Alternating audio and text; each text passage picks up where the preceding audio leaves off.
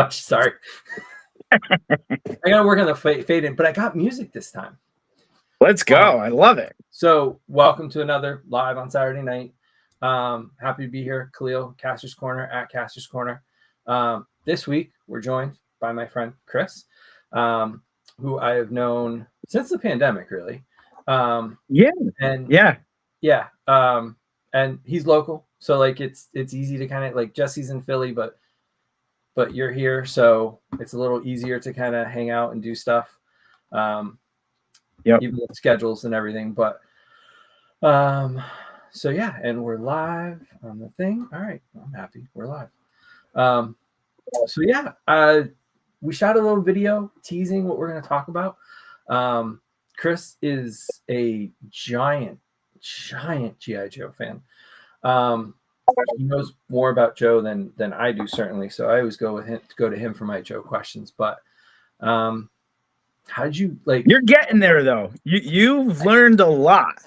You pull some things out. I'm like, I didn't know that. You know. Well, so I know the toy history, right? Like I do this stuff. I can't even get to them. My stupid Royal Guards are in the way. I can't get to my books. But I've got like all the books. And I'm like, this year this came out. And this year, because we were talking last night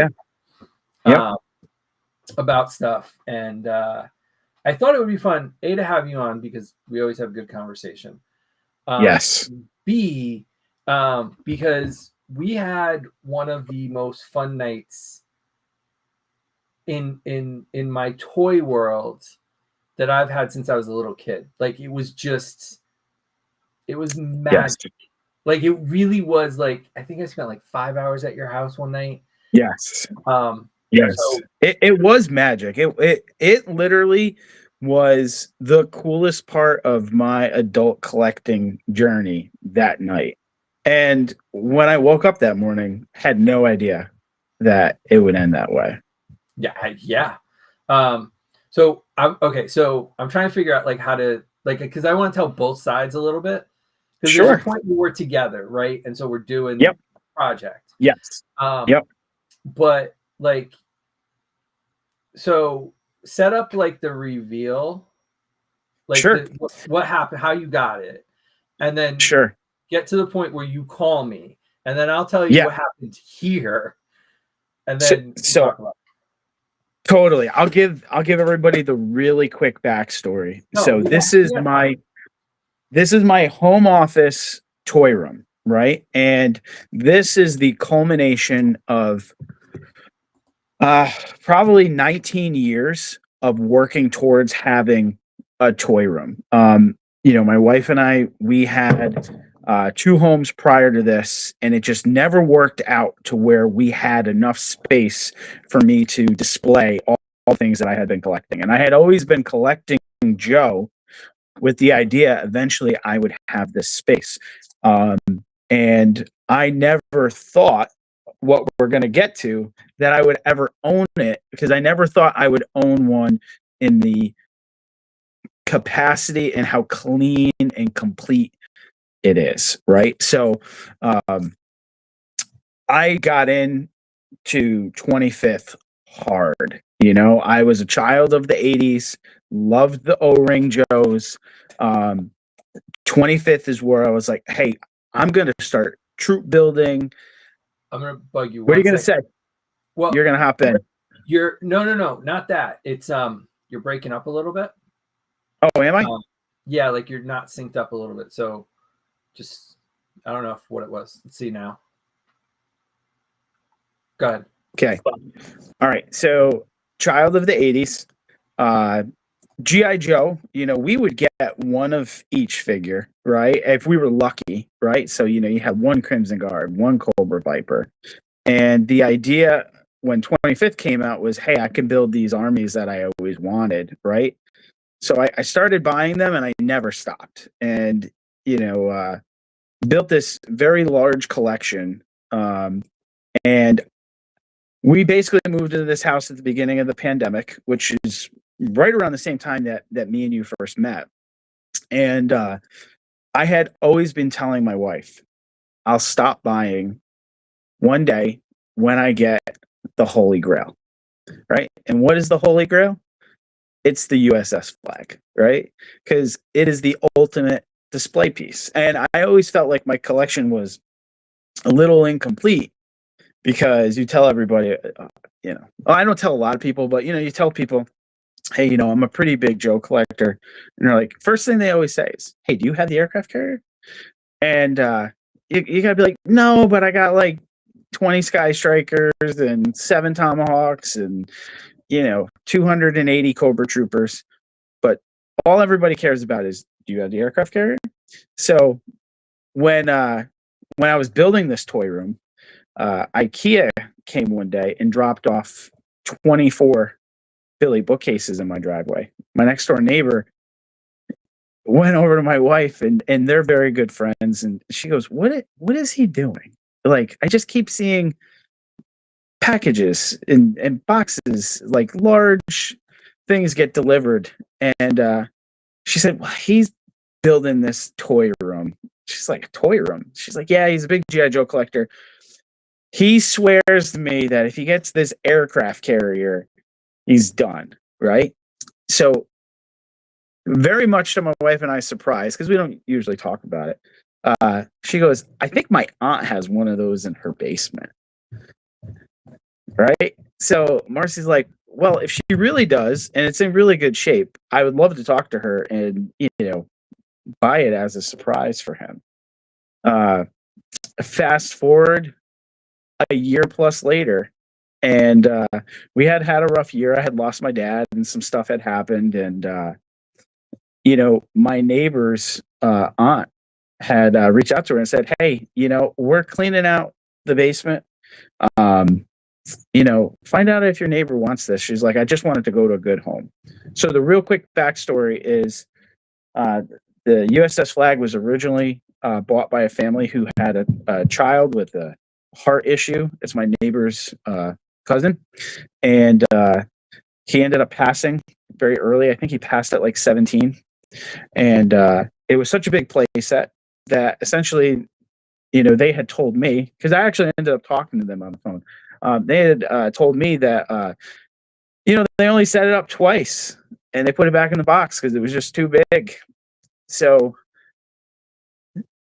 my wife knew this. My kids knew this, right? Which is the craziest thing.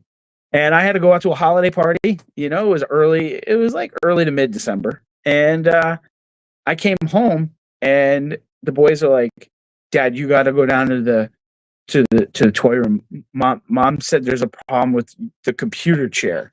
And I go down there and there's a folding table with a big like tablecloth over it. And I said, problem with computer chair. Now what they didn't know was that we had ordered a computer desk and a computer chair for them for Christmas, and it was set to be delivered at right around the same time. So I thought something happened where the computer chair that we bought for them came out, and that they saw something that, they might not have otherwise wanted to see.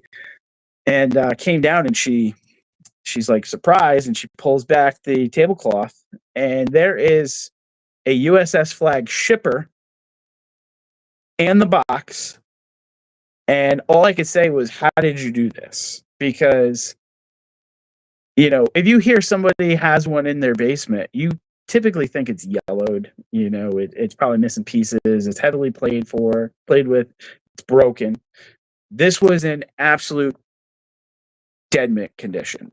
And once 2 minutes came down off the thing, the very first thing I did was took a picture and send it to you, because there's nobody that I know that would appreciate and be as shocked as I was as you. So I sent that text to you, and I was like, dude, this just happened. I don't know what you're doing, but come on over, And well, but you sent me the picture first, right? And so yeah, I see the box, and it's big, but it's the shipper. And I'm looking at it going, why the hell is he sending me a picture of a box?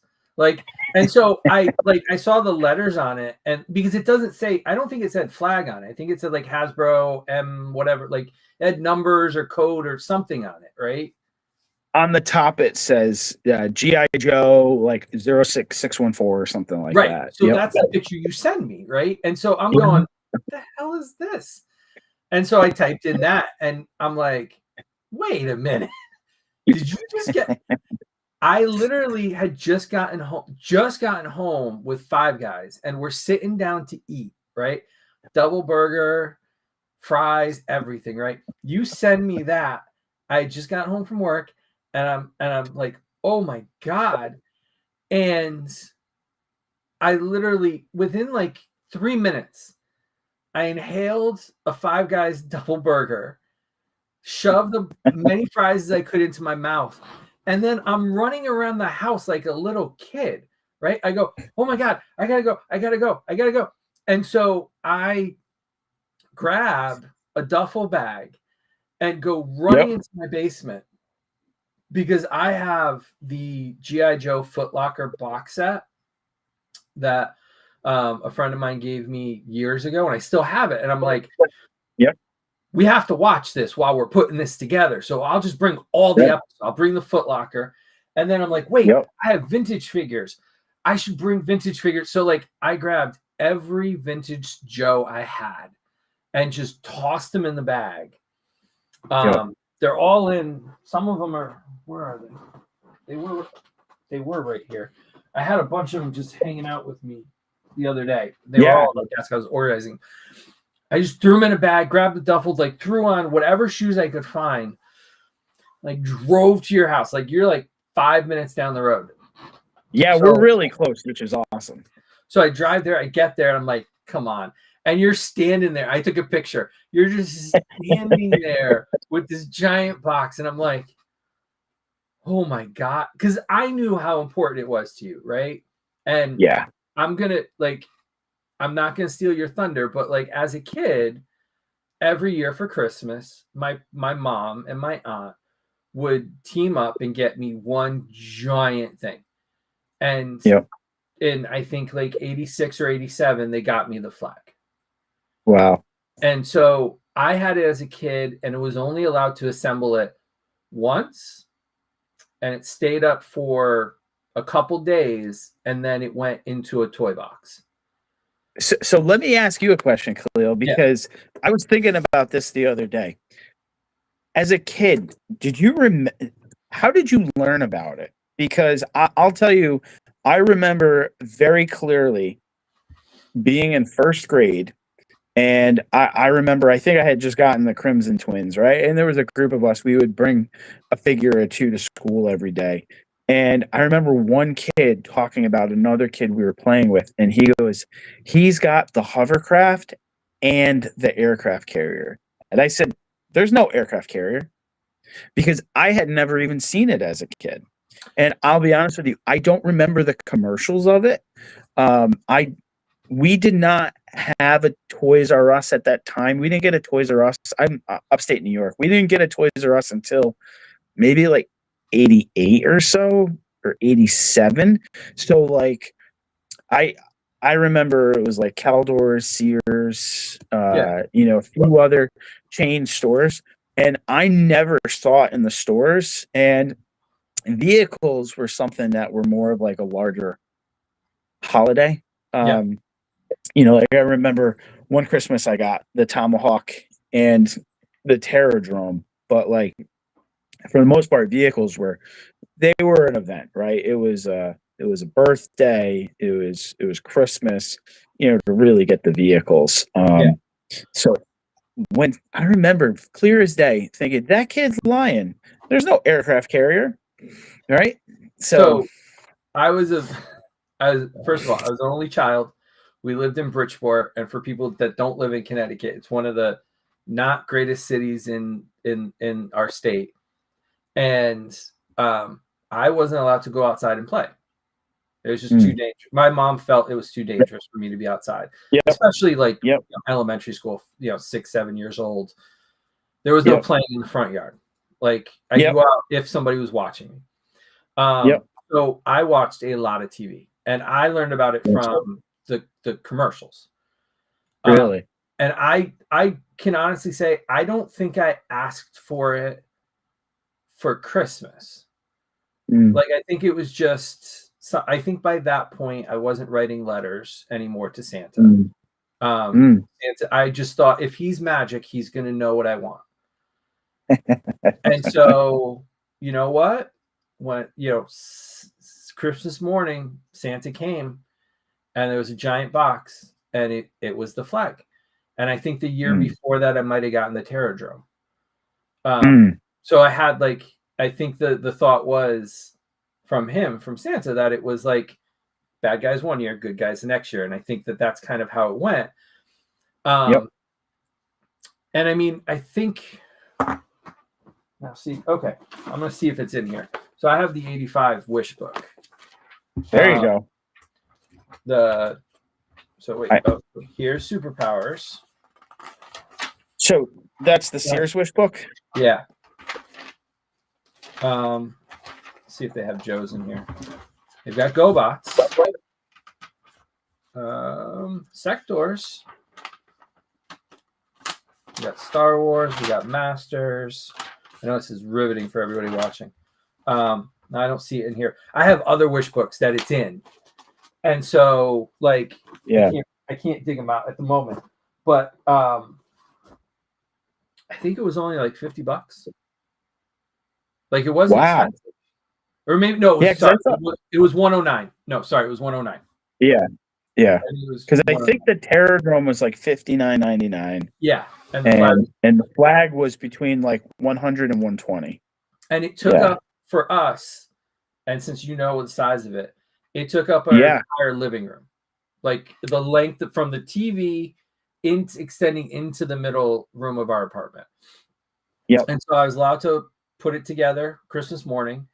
And then about halfway through the week, I had friends over. And I was so excited that I could show it off. And then after that, Mom was like, listen, it's got to go. We can't leave it out all the time. It's just too big. And so I played with like the command center, the tower.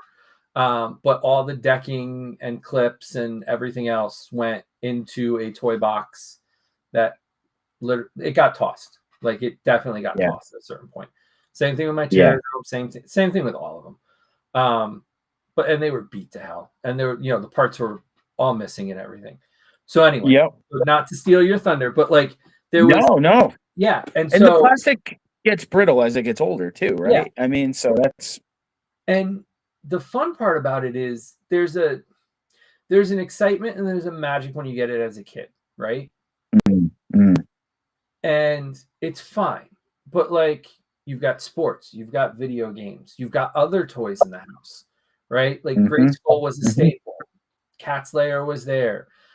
There was too much. It was just, we were influxed with GoBots and Transformers and everything. So I don't think I understood and appreciated it until I showed up at your house. And well, go ahead. No, I was gonna say I appreciated you showing up in the house because, to be totally honest with you, I was scared to open the box. Meanwhile, I'm just like, here, this part goes here. Bang! I'm like, you were so afraid to put the tower on, and I was just like, no, just slide it, clip, and it just clicked right in. So my first thought was, where's the directions? Yeah, and they weren't there, and so. And that's fine. Like there's YouTube channels and we watched them and did all that. We did. But the exciting part for me was like the mystery of it. For me, like just the mystery of how far are we going to get? Yes. What are we going to need? What can I get you for Christmas? I kept thinking, so having been, a fan of Joe for so long, I knew sort of my first thought when we started building the deck, right? Or actually, more correctly, when you started building the deck, because my hands are still kind of shaking, right? It was like, all right, are we going to have all the deck pins? So the deck pins is like that first, essential item to keep the foundation of the deck together, right? They're just small plastic almost looked like a staple that goes in and holds the deck plates together. And I remember reading all the posts, 95% complete, only missing 4 deck pins and stuff like that, right? And I remember that first moment of, oh my God, it's got all the deck pins, because we didn't know what level of complete this was going to be. That was sort of like the first moment of, oh wow, this thing's actually going to be pretty nice, like this thing's actually going to be that was the mystery. Maybe, yeah. It reminded me of, I don't know if you ever went to like flea markets or yard sales as a kid, but like you'd look in a tote and you'd be like, oh well, I found this part, and then I found this part, and I found this part, and you're like, oh well, you look at that, I completed the Cobra Stun. It was all the parts were in there, right? That sort of uncertainty, that unknown, it was pretty exciting. And at that point, I'll tell you, I was committed to whatever it is that we were missing. I was like, we're gonna find it. I had eBay open on the phone. I was just ready for you to tell me 2 deck clips, order 2 deck clips, and well, we were ready to go. And you were, and I was like, stop. Like, just stop. I go, just wait, because you'd be like, oh, we don't have this, and I'm like, wait, is this it? Like that's what kept happening all night. You're like, oh, yeah, we're missing this one part for the antenna, and I'm like, wait a second, hold on, and like I heard something rattling, and I'm like, wait, hold on, is this it? And like, that was it. Like, and we got, we got damn close. Like we got. So I think really close. I don't want to jump to the end, but no. I as we were putting it together. So for people that don't know, there was these gallon Ziploc bags that all the small pieces were in, right? And we just kept going through them, and we found all the missiles, and we found all the radar dishes, and the most incredible thing to me was that nothing was actually broken. Like, I still don't know how that happened. I don't know how it didn't break just coming down to the toy room in the box, because there was no packing material or peanuts or anything inside of it. It was just stuff in Ziploc bags, and it had been sitting since the late 80s in a box in somebody's basement, apparently on top of a pool table. And not only that, but like some of the parts were like the radar dish, right? Or not the radar, but like the antenna, right? It's all these straight lines, right? That at any point could just snap. And all these other little parts that were kind of like, like there was a deck clip inside one of the caps for the antenna, right? And like, so all these parts were inside of each other, and they're just moving back and forth. And like, it's amazing that none of the parts were broken. So I've thought about this, and I even talked to my neighbor's aunt and uncle who had passed it along to me, because I very much view myself as a caretaker of this, like, and that's probably that moment of my collecting where like things like started to shift, because as much as people like to say, oh, they're gonna remake it, I don't think legitimately Hasbro ever has any plans to build something like that again, whether it's 4-inch or 6-inch classified or anything. It's just too massive. The mold costs alone are what's so prohibitive, right? I could see them doing something different and making it a tabletop thing with like a runway and a tower and stuff like that. But this whole structure, it was kept in a climate controlled basement in the dark.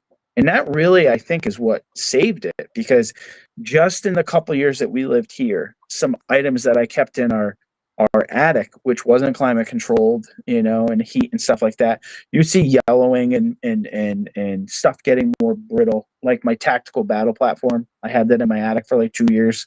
That thing definitely yellowed being up there. definitely some of the clips were getting more brittle. So it was like this perfect scenario for this piece of history to kind of be preserved. And like I felt like it was like me and you almost like Indiana Jones, right? Uncovering something that somehow had beat time because there was no yellowing. The stickers were still in great shape. They were white. Like white. 99 is white. And you know, a lot of times you'll see because of heat, there'll be cracking and stuff like that. There was absolutely none of that. So the part that blows my mind still is while me and you are sitting there putting it together, one of my favorite experiences with my closest collecting friend unearthing this grail item, you were texting and sharing pictures of what we were doing with whom? I'm not going to say. Okay. I'm going to keep that inside. I will say there were there were a few people that people would. I was texting people at Hasbro that I know, sending them messages going, "This is what I'm doing tonight," and I showed them like the shipper box and then the outside box, and then some of the progress and stuff, and they were blown away too. Like they were very, very excited. I'm not going to name names, but like there are certain people involved in the Joe world and in the Hasbro world that I've known over the years that were really impressed with, just shocked to see the condition of it. Like it was fun. Yeah, I would be hard pressed to say whatever they have in the vault was not as clean as what we were putting together that night. Yeah. So yeah, that was such a cool experience. And like I said, I was so glad you were there because especially some of these pieces, these pieces from sold in 85, maybe some of these pieces started being manufactured in 84, right? Things get manufactured a little before. I mean, and at this point, we were putting this together in 2023, right? So yep, because it's a little over 3 years that we've had it now. And every time those pieces went to lock together, I saw us both kind of wince because we were like, all right, nothing break. All right, it's all right, awesome. And well, I just for context, I have been around, like I've been around my friends when I open toys. Okay. I'll call Junior out the most because Junior will look at 10 to 12 figures. He'll have them bring out a case from sorry, Junior, if you're watching this, he'll have them, I've seen him sit on the floor of a store with like 2 cases of figures and he's looking at every one. This is only the figure I have on my desk, which is ironic because everybody made fun of Mr. Stevie for having this on his desk. But like he's looking at going, okay, the paint, okay, the eyes and everything, right? I open a toy. Let me pick a brand new toy I got. So I just got the new Bulletproof from a Big Bad Toy Store. And literally, I opened it up and I'm like, this, and I'm like, this, and I'm like stretching all the joints and like making sure that like everything moves and like moving his head and like, squishing it and like doing like as many poses as I can, loosening up every joint. So like my inclination is just to listen, if it's going to break, it's going to break. Like me being slow with it, me being fast with it isn't going to, I can tell where there's tension. I can do it. The only one that gave me pause, 100% honest, was sliding the tower in because it's like a C-clamp and you got to slide it into one of the decks. And if you don't, there's a gap and it looks weird and it doesn't line up flush. And I was just like, I looked at you and I go, I think I said, do you trust me? And you're like, I do. You're like, yeah. And I'm like, all right, just in my head, I'm going, if it breaks, I buy a new one. Like if it breaks, I buy a new part. And I just went for it. I just went wham and just knocked it right into place. And it clicked and I just was like, that was the only thing that scared me. That was the only thing that scared me was putting that piece in because it was, 40-year-old plastic. Like, Yeah. and it's not brittle, but you can hear it creak when you Yep. bend it because it has to bend a little bit to get where it's going. So yeah. And I bet it made those same noises when it went together the first time in Christmas of 85 or 86, right? That's just kind of how those things were. But I will tell you, at everyone I know, you were the only one that I trusted in that moment to put that stuff together. Because I'm like, he knows this stuff. And plus, you have always done more vintage toys where essentially I consider myself, a fan of the 80s properties, but most of what I buy, probably 99% of it each year, is technically modern stuff, right? Which is different plastic, moves differently. And, if something breaks, it's like, oh, well, I'll just go back to Hasbro Pulse, right? So, Yeah. but yeah, that was amazing. And, all the props really go out to my wife. I mean, she orchestrated this whole thing, and I had been joking for forever that, oh, it's the 35th anniversary of me not getting the USS Flagg for Christmas. And, much what we were saying earlier, I mean, we did not have the space for something like this. And if somehow I did get it, it would have never survived time. Like, I have what's left of my Terradrome, right? That's going to be my next project, is rebuilding that from its original shell.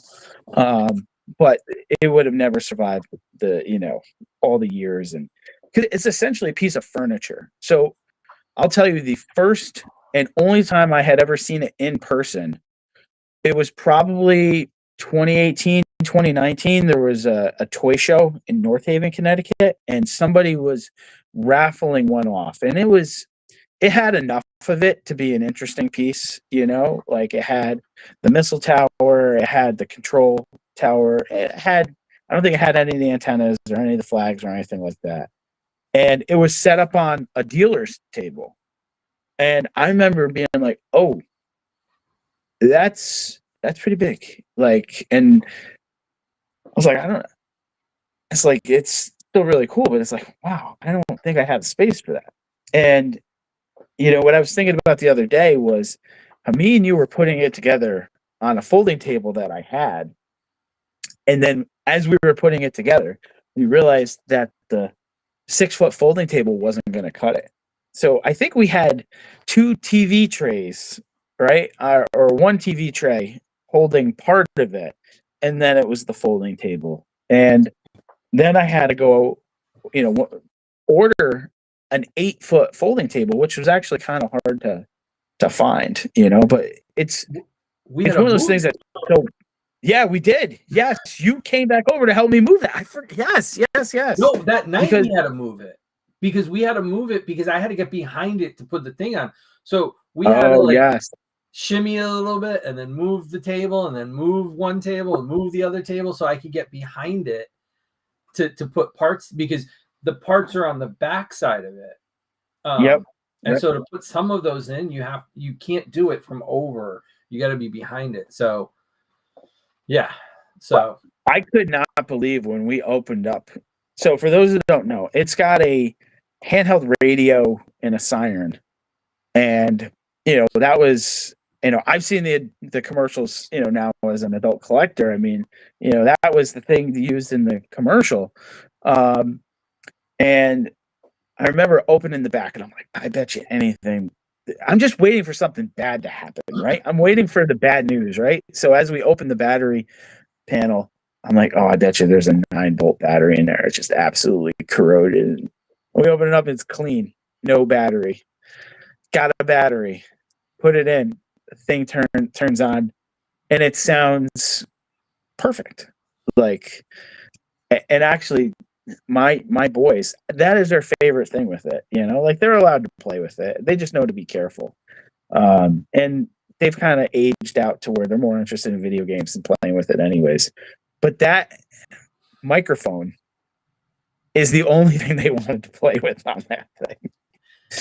And on top of that, not only did that work, you also had the other accessory that a lot of people don't have when they get it.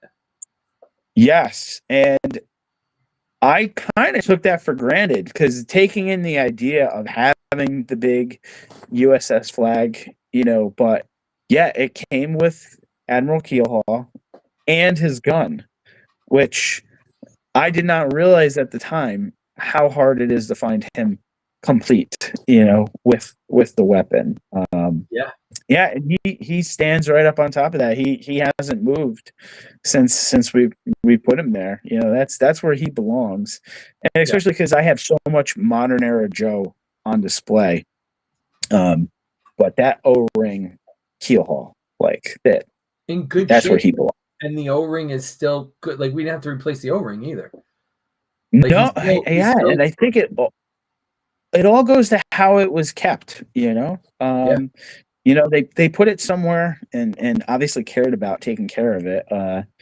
They didn't just stick it in a garage or an attic, which is what happens. A lot of this stuff just goes into garages and attics, and because people just don't have room, right? Like, I think that's people just don't have room for something that big. Yeah. So now we'll jump to the end. So we get it all together, and we're looking at it and we're figuring it out. And I'm looking for a part and looking for a part and looking for the part. And unfortunately, when I said it's 99%, there was only one part we came up short with. And I was so confused. I was so confused. And you're trying to explain it to me. And I'm like, you got to show it to me. And once you showed it to me, completely understood. Like, complete. And I don't have something. I had an example of it. Completely understood. It looks like a model kit sprue that is basically a bent U. And actually, I do have the instructions now. Thank you. You're welcome. There is a very, very, very small railing for a handrail. Now, as people were putting this together years ago, that must have looked like every other sprue that they broke the pieces off of. And that was the only thing that was missing. And, it's otherwise all complete with original parts. So I have not put a 3D printed fantail railing on it. And I'm going to be interested to see how one day, it'll get to 100% complete one day. But it's going to be an adventure to find one without going crazy. Like, anybody can go on eBay and spend $400-500 for one of those. Or what's crazy too is I watch it. It's on my eBay search. Sometimes one will pop up and go out the door for like $200, and sometimes one will sell for $500. And I'm like, there can't be that many people sitting there waiting for one of those. So why the guy who just spent $500? Why didn't he just wait for because people aren't patient. Like, it took me. I mean, if we're not going to count kids, but since as an adult, it took me close to 20 years to get my cyborg, my superpower cyborg. And I would watch, and I'd watch, and I'd watch, and I'd watch, and I'd watch, and I'd watch, and then I found one, and I didn't have the money for it, but like, I was in the running for it, and I just said, screw it, and I threw in this like weird bid, and I got it way under market. Market. I did it at the last second. I go, so some people, like, I'm okay. I was okay waiting 20 years because, and I found one once, and the moment wasn't right. And I didn't get it. I could have gotten it for like 150 or 200. And I spent way more than that. But the one I did get has a lot more value in it to me, because not only was it me, but I was shaking after I won the auction. And I didn't tell anybody. My mom was there, and I told her. I didn't even tell my partner. I just told her. And when it arrived, I sent the picture to everybody, and I said, look what just came in the mail. And because it wasn't for like to show off. Like, it was just like you did. You sent me the picture, but you didn't post it on our board on Facebook in our group. You don't talk about it in other places. So it's there are some things that are just for us, and I think that there's more value in the excitement and the memories than, show, hey, look what I got. Like, Yes, I will say this entire collecting room, you're one of just a very small handful of people that I've ever had down here. Like, this is something I do entirely, for myself. This is an escape from the responsibilities of life, and I do it all for fun, and I do it to keep that piece, that fun, innocent piece of my childhood alive. yeah, My kids don't really seem to be super interested. Maybe if something happened to me, there'd be a few pieces they'd want to hang on to, but this is entirely for me. And I will tell you, to be able to um, see these things that bring you joy just by seeing them, it really is like a stress reducer. Like, sometimes just sitting there, just looking at the flag. I've got a couple chairs down here in different spots, just kind of looking at them, and maybe you post something on it. It's like, oh, that looks cool. And that's honestly, I think, the coolest thing with the flag is it's the ultimate display piece, right? Like, you got a couple cool vehicles, you got a couple cool figures.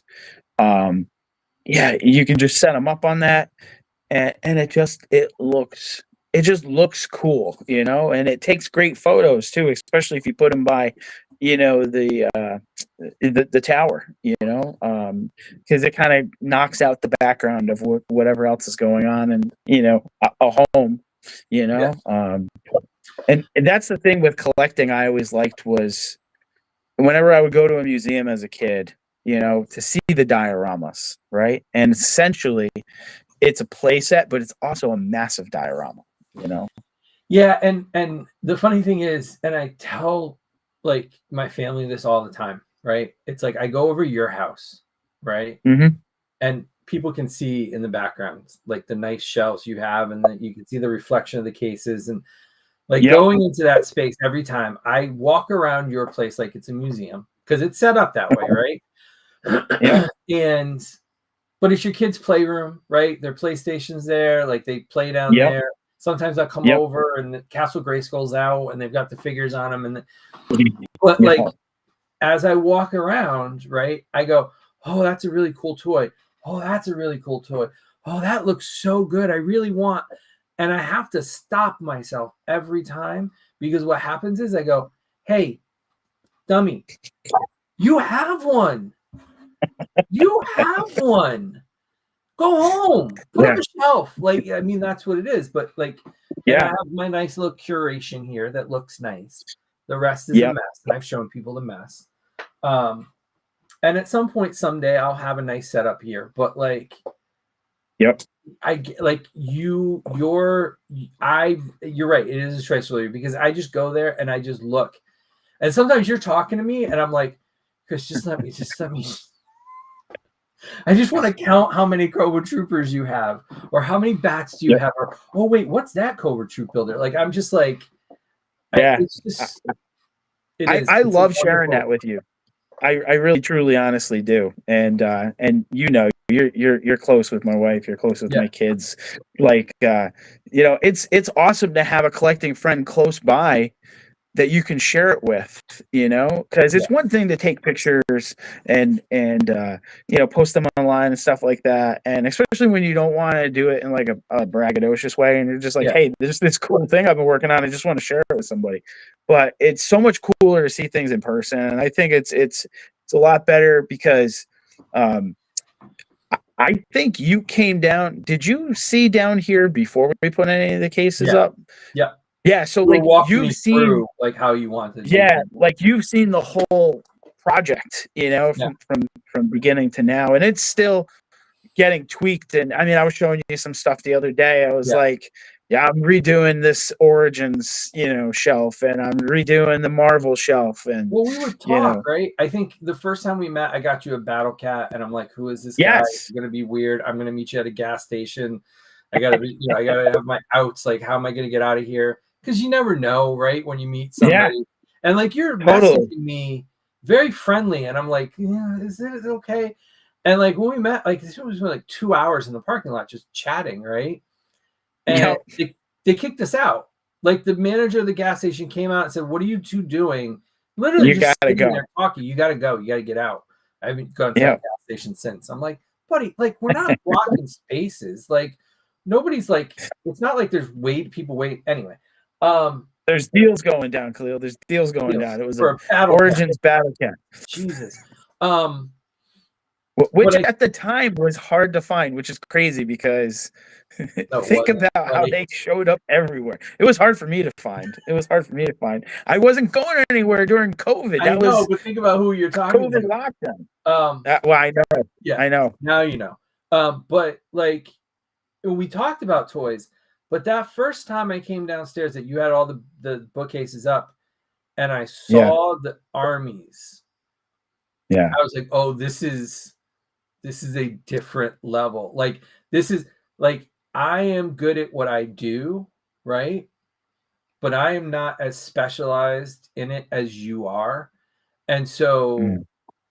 the volume that you went with, and at the time it was manageable Yep. for the most part, but it was something that like I don't think I could ever do. And it's not like there's nothing. I'm not saying anything No, like I totally know what you're saying though. I totally know what you're saying because I knew I have a compulsion to collect, right? But for the longest time, I held myself to, oh, that's cool, but I only collect Joe. Oh, that's cool, but I only collect Joe. And I could tell you, up until probably 2018 or whenever Transformers Siege came out, I could tell you the handful of times when I dipped my toe in the pond and I said, you know what, I don't trust myself. And then I got out because it was like Transformers 25th Classics. Like I remember I bought a couple of them and I was like, nope, I don't trust myself. This is going to get out of control really fast. And I ended up trading those on a forum for a bunch of Crimson Guards because I was like, yep, nope. I'm yeah, like, I can't. but like I don't love And then, Star Wars enough to have that many troopers. I don't love Marvel. yeah, Like I have an impressive Shield agent thing, and I went a little nutty when they did the 3.75 Marvel Universe stuff. Like I yeah, probably have like 20 Shield agents, like 30 hand ninjas, a bunch of aim, a bunch of scrolls.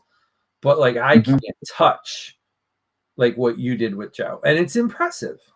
Um we've got we only usually go about half an hour, but we got like 10 more minutes. Um yeah, yeah. you know, this is I like not to change subjects, but like I think these kind of conversations don't happen anymore. I Like agree. these, like I like AIC does it, you know, periodically, but we don't get like the collector to collector conversation. And I miss it. I I do miss it. too.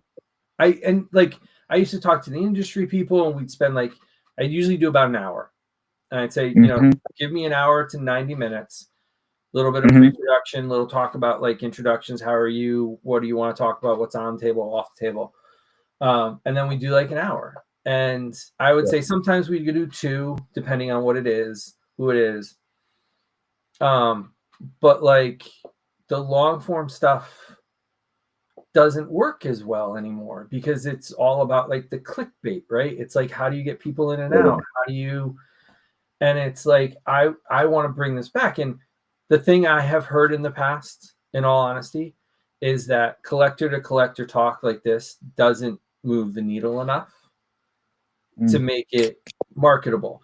And in my head, like the nice freeing thing about being my age and being at this point in what I'm doing is like I don't give a shit. Like I don't care anymore. Like I'm doing this for me. And so I, it's been I fun to agree do with this you. again. So I totally agree with you because for years, right? I remember the very first toy podcast that I found. It was called Dave and Duvall's Toy World Order, right? And I would listen to it driving to and from work. I used to have like an hour commute each way. And I would listen to it. And basically, they would talk about, hey, these are the things coming up, right? But then they would banter, right?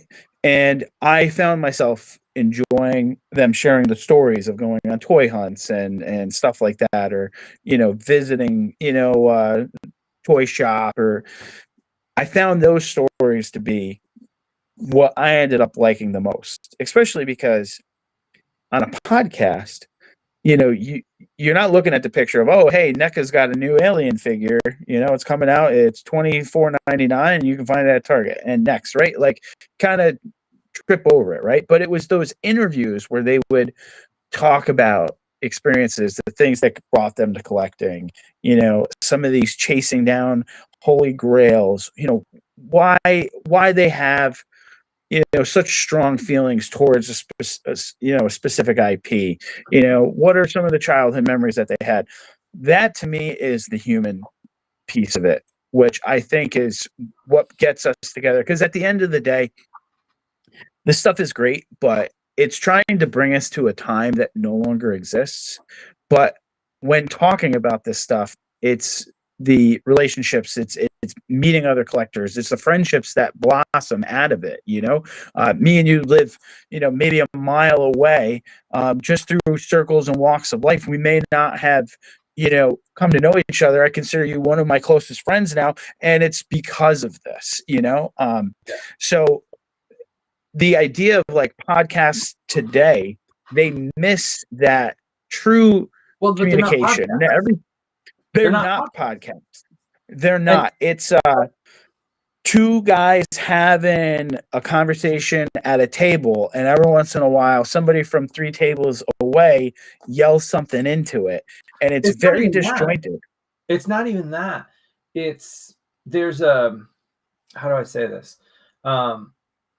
I listened to, so when I started listening to podcasting, right, I started with, and everybody needs to excuse me on this because I jumped off very quickly, because podcasts were new at the time.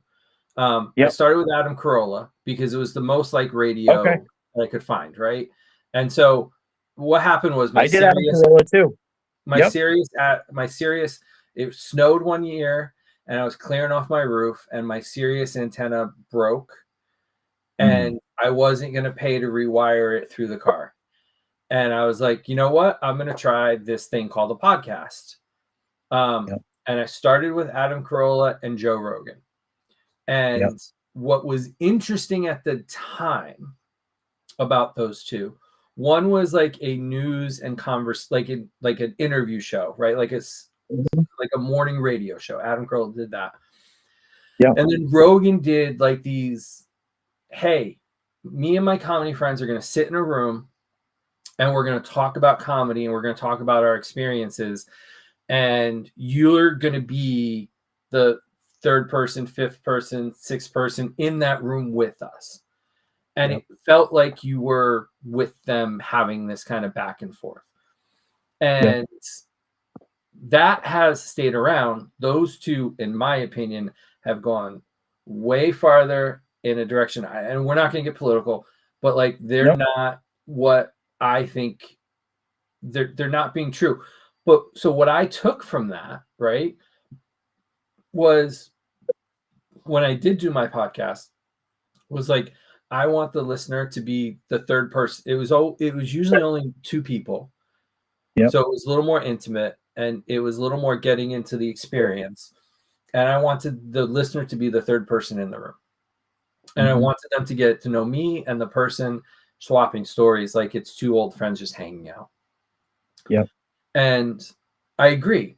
It's like 2 people, and usually it's like 4 people or 5 people having a conversation at a table and somebody yelling out. Now, my friend's been in the chat and I'm happy he's in the chat and he's watching. So I've been putting his stuff up there, but it hasn't been interrupting the flow of the conversation, right?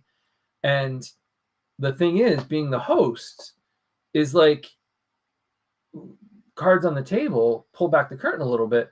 you and I had a conversation yesterday. It was like, here are some things we can talk about. We could take things in this Mhm. direction, we take things in that direction.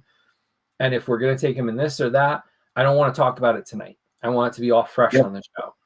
So the Yep. only production was like, hey, what are we going to talk about? And it was like, Mhm. let's talk about the flag and let's talk about like bringing this kind of dialogue back and not trying to, hey, somebody has a super chat and they paid us to tell you what they said in the middle of a story. Like it's Yeah.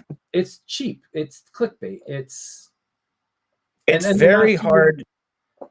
It's very hard to do a task, to work, mow the lawn, whatever, and follow, anything with the super chats. It creates very disjointed. I find it as not really pleasurable. It Oh, doesn't really have replay to it.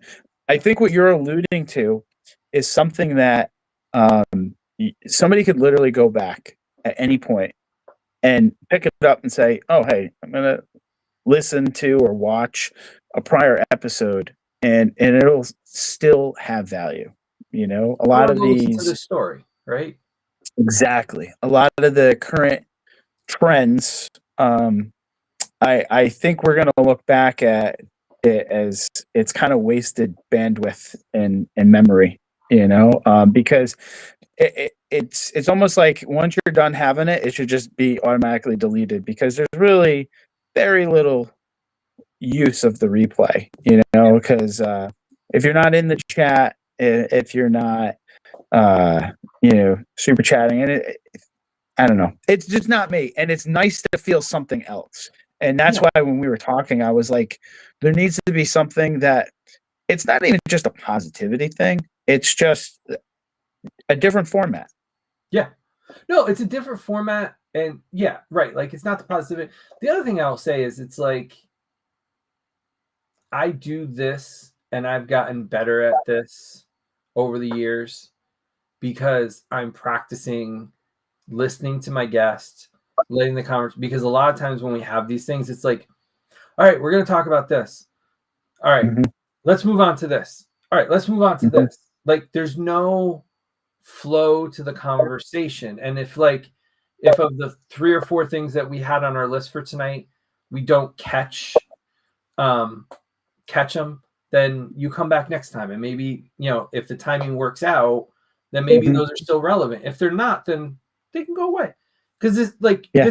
this is the kind of stuff that like last night we're just going back and forth and back and forth Yep. um and listen, this might not be that entertaining to anybody, and this night might not be like the razzle dazzle, but like you know, I don't need all the lasers and I don't need all the like the fun stuff going on. And look at this picture of this person and like, oh, let's thank people for like, listen, Yeah. if I was able to make money on this, I would actually probably ignore super chats and bring up Mm. just the normal chats of questions that I think are important. Like I wouldn't take money, like, I'm not gonna let you pay me to say what you want me to say. Like, I'm not a trained monkey, so I'm not Mhm. gonna do that. I'm not like a circus act. Like, oh, you paid me here. I'm gonna parrot out what you said. Like, Yeah. I don't want to do that stuff. And I would rather have like the honest, earnest conversations Mhm. and get better at the interview because, like, you know, I'm not gonna compare myself to Howard Stern but everybody says he's one of the best interviewers in our history. Like the way that he works through as he's gotten older, he's gotten better at having conversations. Sure, there's the occasional, inappropriate things that you might not want in an interview, but he's really good at having this rapport with people.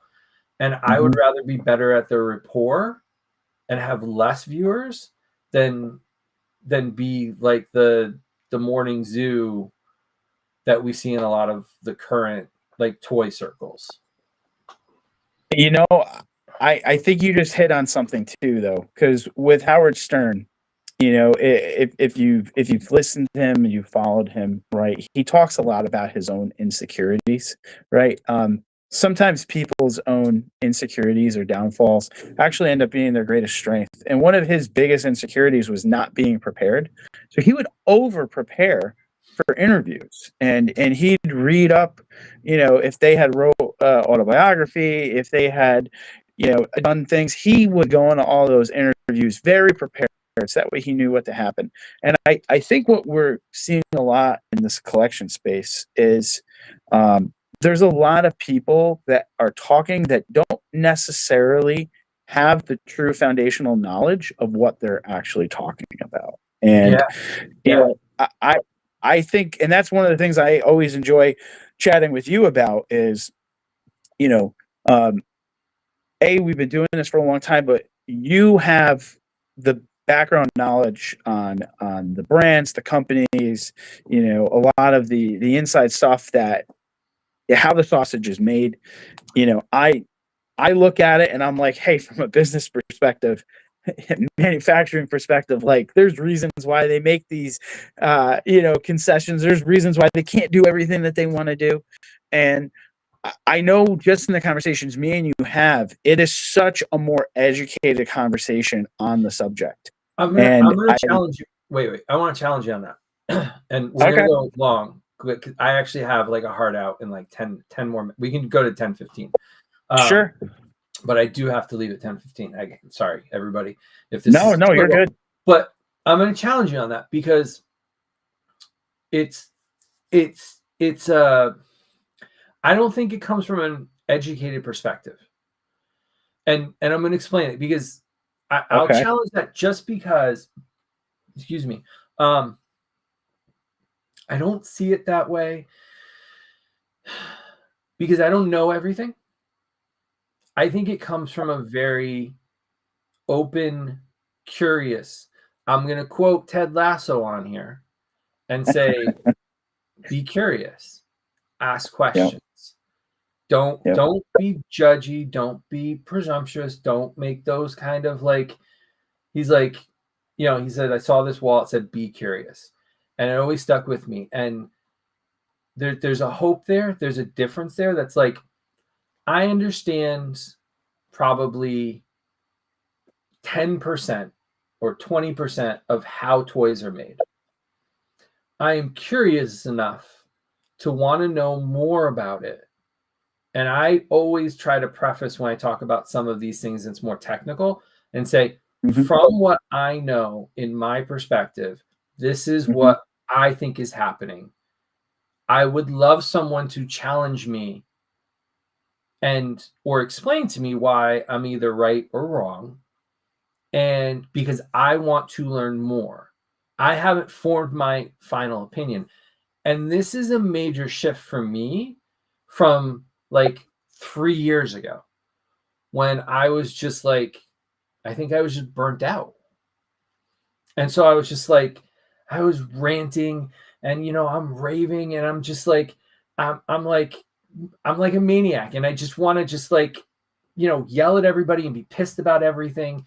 And like something just shifted when I stopped doing the website that made me kind of enjoy the toys. I wasn't taking pictures. I wasn't showing off. I wasn't like trying to get into something or trying to get samples or having to, have an image. I was just doing my thing.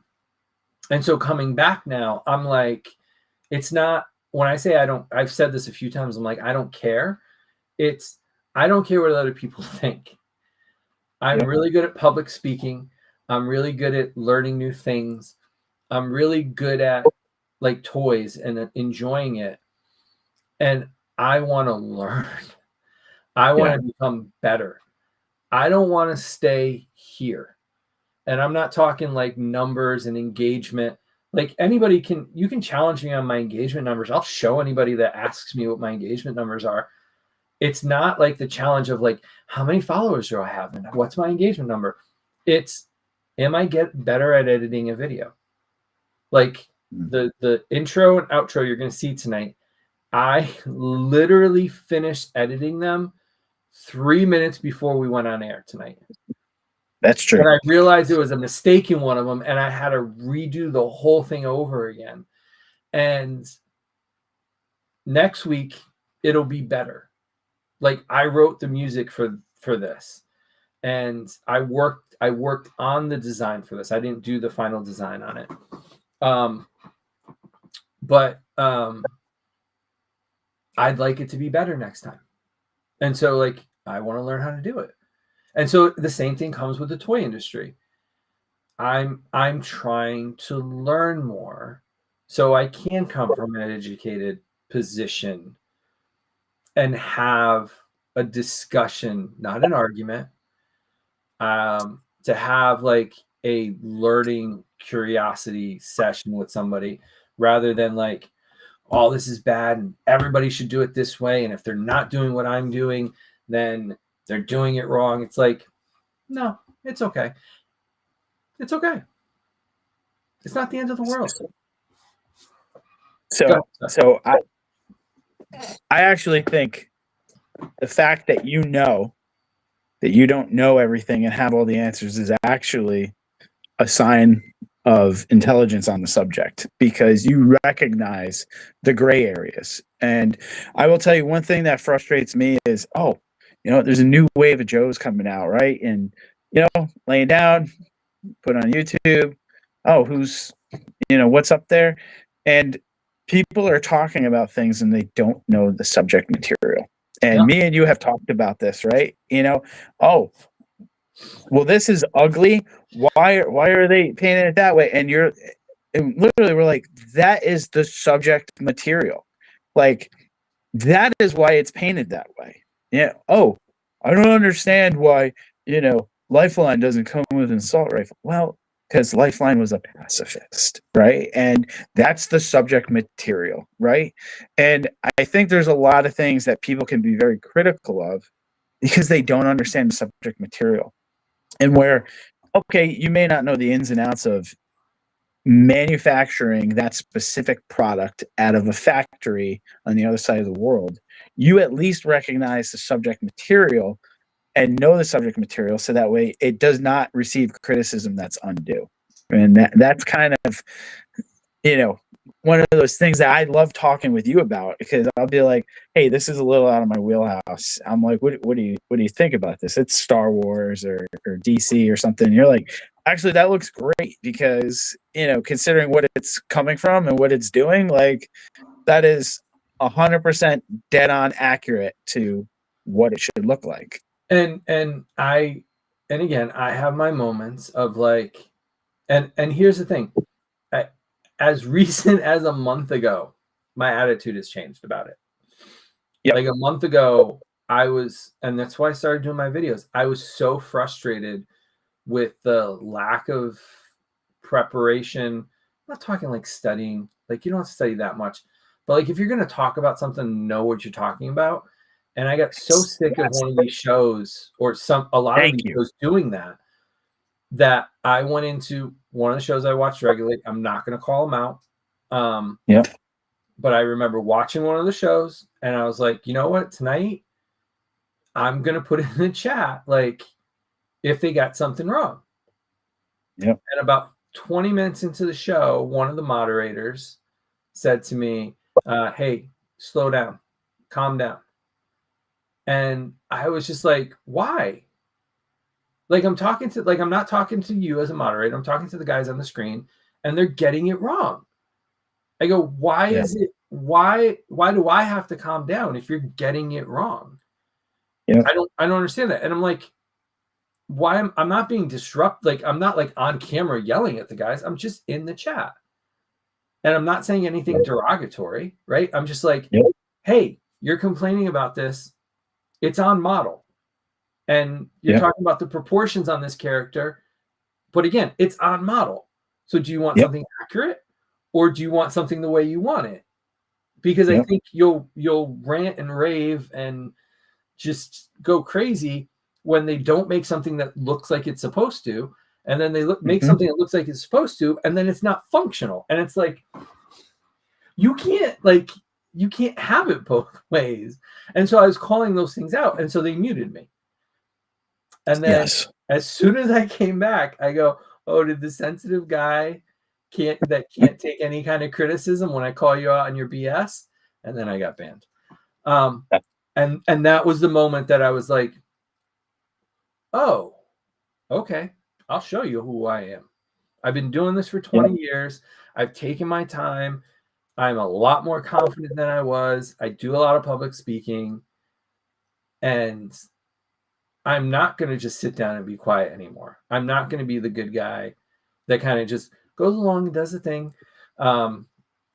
But I'm going to come out and I'm going to call people out and I'm going to give my opinion. And some people are going to like it. Some people aren't, but everybody's really responding well to it. So I'm enjoying doing it. So I think a lot of people are going to get educated, though, because I saw numerous podcasts and I commented on numerous podcasts or live streams, whatever. So Big Bad Workshop is doing this Monster Force line, right?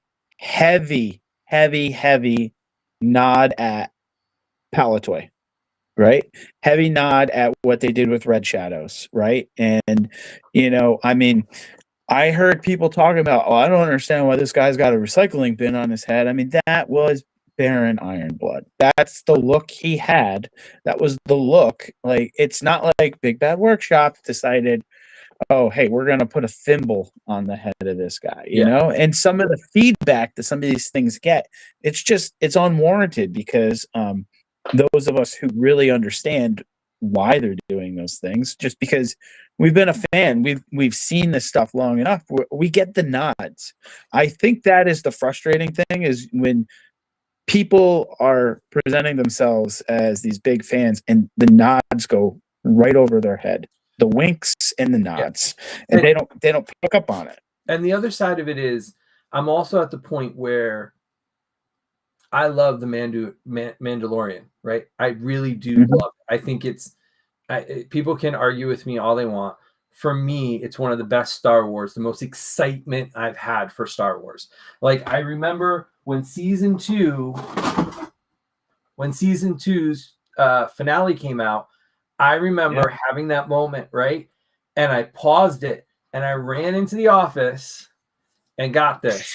And I sat there watching it with this, going, oh my God, oh my God, oh my God. Like, just like 8 o'clock in the morning, like just like this, like as like a little kid on Saturday morning, right?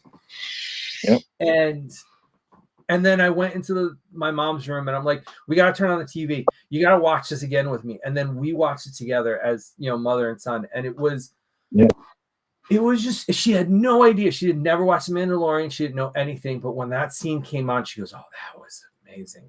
And I'm sitting there again, Saturday morning, I'm in my pajamas, or, Friday, whatever day it came on. Like, I'm sitting there with my pajamas. I'm holding my lightsaber. We're watching it together. I'm explaining to her what's going on until that scene came on. And then, like, and so it's like, I'm also going to call them out when they do something bad. So, like, Hasbro charging $35 for that Mandalorian is crap. I'm sorry. Like, it just is. And I'm not going to be like, oh, it's crap, but or like it's no. It's bullshit. Like, Hasbro overcharging us for something like that. And I get it. There's licensing fees and they have overhead and they have big, like, I get all of that. But from a consumer perspective, it's like, I can't buy that. I'm sorry. Like, I can't support that. Because I have like 10 Mandalorians in my collection. I don't need another one. And so, and not being an apologist for them, right? No. I think there's ways of pointing these things out without being an apologist. I think too often everybody wants to throw a title on it, right? Not being an apologist for them, they have a large corporate structure, and if you think at just the reduction in retail options they have to solicit their product. And if anybody thinks that just the adult collectors on Pulse are making up the difference, they're wrongly mistaken, because do you remember, it wasn't that long ago when we were the small piece of the bar chart of what the collecting thing is? We're going to save this for next time, because this is I'm good to save it. No, I'm good to save it. So I want to say, in the chat today, I will call out our friends in the chat. I think that's our friend Dan, right? Is that Dan Merck? 92 Oh, that's got to be our friend at the shop. That friend at BoomTube Comics here in Southington. He's got great toys. Yep. He's got a great comic selection. So if you're in Southington, definitely go to BoomTube. And Derek's been in there with us for most of it. So we want to thank you guys for watching. We went a little long tonight. Chris will come back. We're working out the kinks. We're working out the bugs. Because like I try to get out of Chris's house whenever I go to visit, and it usually takes an extra like half hour, 45 minutes. Because it's like, oh, I got to show you this here, and I got to show you this here. So like, Dan, we're happy you're here. So yeah, so Chris will come back. Trying to bring on more guests. We're trying to switch it. Jesse will be back, and if DJ would just get his shit together, we'll have DJ on. And I want to keep this like one-on-one. Like I want to keep it. It's a better conversation when it's one-on-one. There's not a lot of voices going. So thank you all for watching. If you're watching the replay, leave your comments. Did you have a Flagg? What's your favorite toy memory? All that stuff. And you can listen to the music I made as we go out. So anything you want to plug, Chris? Anything you want to say? Anything you want to shout out? No, I appreciate being on because this is a great outlet. And I love talking about this stuff. So I'm happy to come on anytime. And maybe we could do like a tour video down here at some point once I get a couple other things squared away. We could do that on Instagram. That works too. Collection by collection. And I'm getting better at that. Or maybe it's a longer. Well, maybe we'll do like a toy room walk. So we'll do that on YouTube. Well, I'm open to anything. Like I want to be as creative as I want to get better and more creative as I possibly can with this. So anyway, see, this is why 3 minutes later we're still talking. Thank you all for watching. We really appreciate it. And for the people that are telling me I need a better outro, let me know what you think of this.